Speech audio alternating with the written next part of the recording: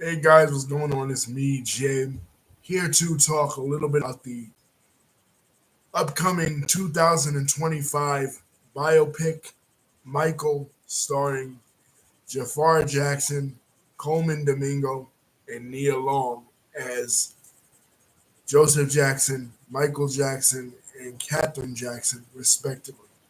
A couple of days ago, the photography came out, and it just amazed people how much Jafar Jackson, the son of Jermaine, Michael's brother, looked like him. It seemed like he had just stepped out of a time machine, and all of a sudden, Michael was back.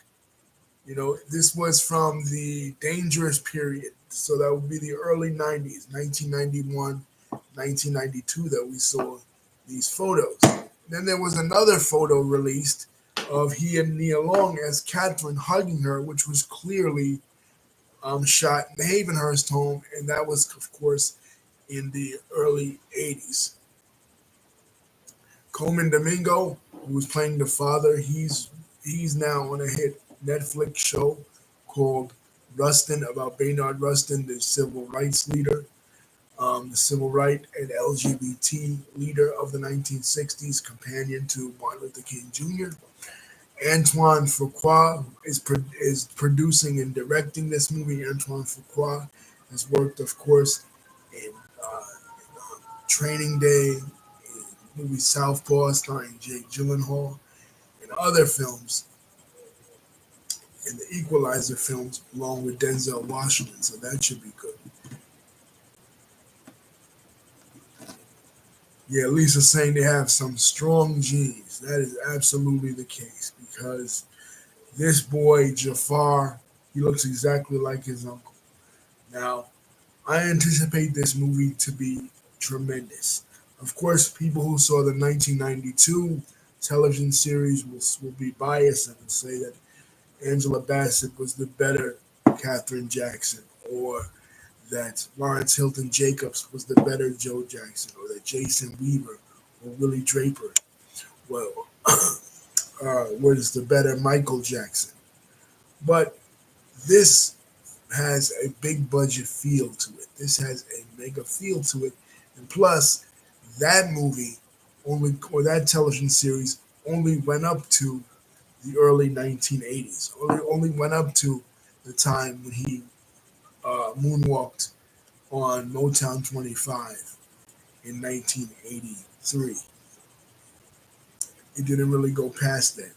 It didn't, and of course the other ones that have came subsequently, like the Flex Alexander one, like the one that other guy did, Navi, that covered his later life that was based on his bodyguards.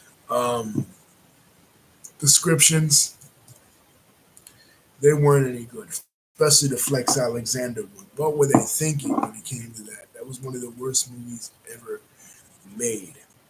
So there has never been a definitive autobiography of Michael Jackson from the time he was born until the time that he passed away, covering all of his controversies, um, the accusations, the marriages to Lisa Marie Presley and Debbie Rowe, the birth of his children, Prince, Paris, and Blanket, the squabblings with his family, the money issues, the fact that he had to go out of the United States after the trial in 2005 and live in Scotland and live in Bahrain and live in other places. His 30th anniversary, which happened in New York City in 2001, the day before 9/11. Just big key events that happened in his career, in his life. Movies, these other movies haven't really covered. Forming the friendships of people such as scoundrels such as Wade Robson, James Safechuck, uh, Gavin Arviso, and Jordy Chandler. I'm pretty sure the movie will focus a lot on Jordy because of the fact that Jordy Chandler was the first accuser of Michael. He was the one who, he and his father were the ones who really took tried to destroy Michael's career in the early 1990s. I probably will also focus on his musical partnerships with Quincy Jones uh, as well as Berry Gordy early on, and pretty much everything. His relationship with Janet, how he felt maybe when Janet started to become a huge star in the '90s, and they went on to do Scream together. Um, his relationship with other music producers besides Quincy Jones, such as Bill Bottrell that he worked with. Um, his desire to want to get into the movie business, which never happened, such as starring in 1991's Hook. His troubles with music movie producers such as Steven Spielberg over such issues. His attempts to buy Marvel, his unsuccessful attempts to buy Marvel, and of course his bankruptcy. And of course, it will have to focus on his many plastic surgeries, his relationships with his plastic surgeons, such as Artie Klein, and who some allege is the actual father, the actual biological father of his first son, Prince, and Oliver Twist star Mark Lester. So this movie, I don't know what this will focus on, but the principal photography looks great.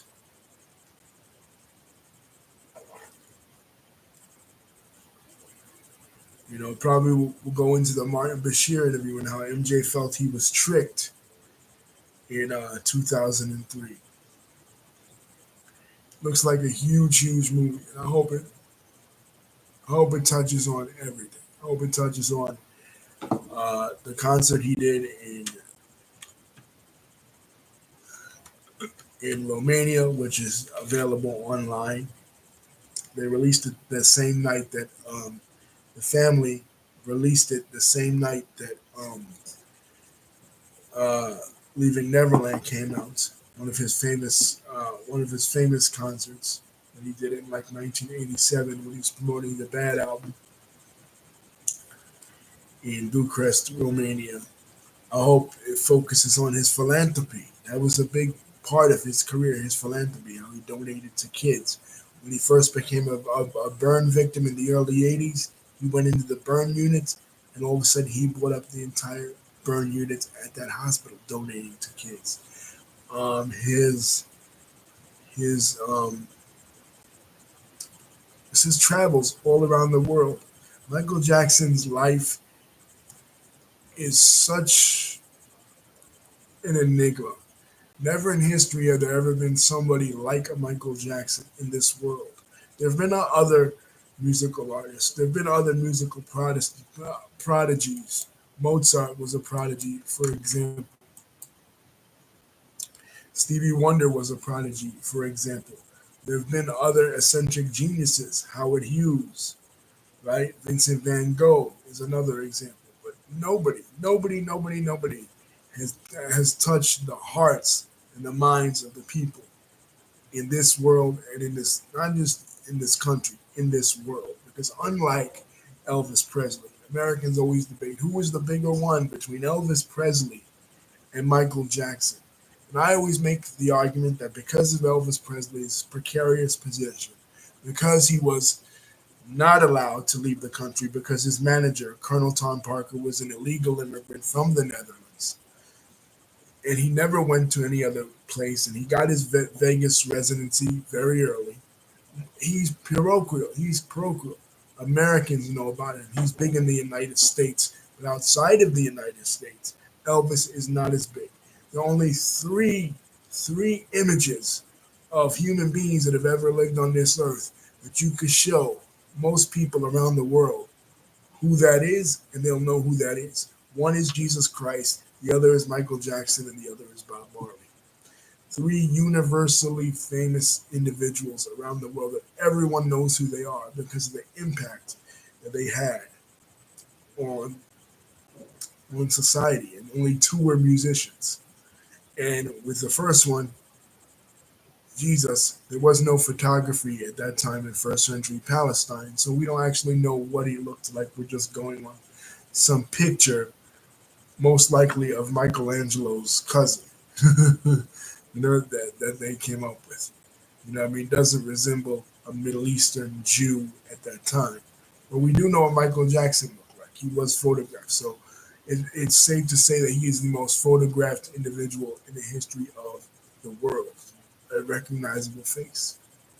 This man could make people faint just by looking at him. And he's also tragic, like I said, because people tried to take him down. You know, he's a cautionary tale. Watch who you're close to. Watch who you love.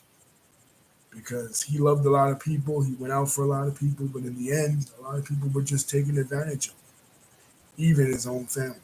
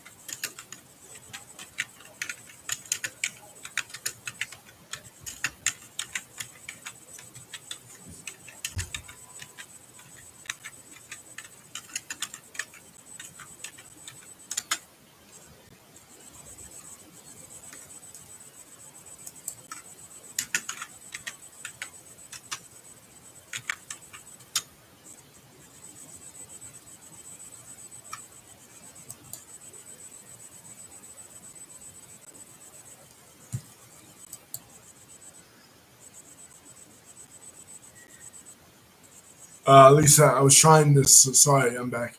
Lisa, I was trying to look up that name of that movie that came out in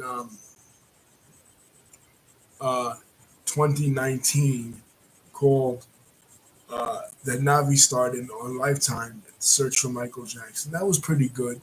You know, Navi is a Trinidadian Michael Jackson impersonator, and that was more so about the later life of Michael Jackson after the trial. But like I said, each Michael Jackson movie and Michael Jackson documentary is compartmentalized. There's never been one that was uh, completely done up. You know,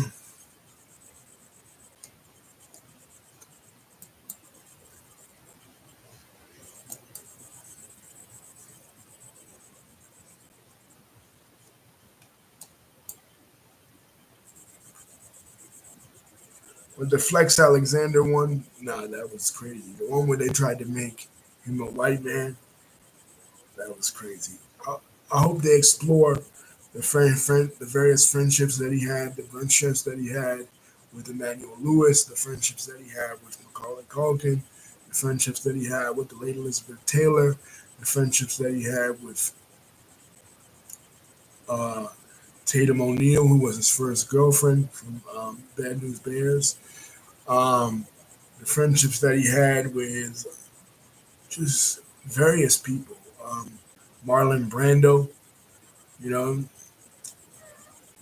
all shaping his style, really, all shaping who he was as a person and who he was as a performer, because he took from each of these persons and created and crafted his own image. I hope they cover the whole cornucopia of Michael and what Michael is about. Today is the Selena documentary, the piece of garbage off topic. Today's the Selena documentary, the piece of garbage documentary that Yolanda Saldivar is putting out. I'm going to watch it, not tonight, because I'll see if I can stream it on the Oxygen Network if I can. I'm not watching it either. I don't want to watch it, but I want to do a review of it. you know, I know what it's going to be, mostly lies. We know that Selena is what Selena is. We love her. We're always thinking of her. Um, Peace. Don't forget to like, comment, and subscribe. Hit the bell button to see my next video is coming out. Love you guys. At least if I don't want to give her any views. Me neither. I mean, her and Conrad Murray, the man that murdered Michael Jackson, are on the same level, in my opinion. Peace.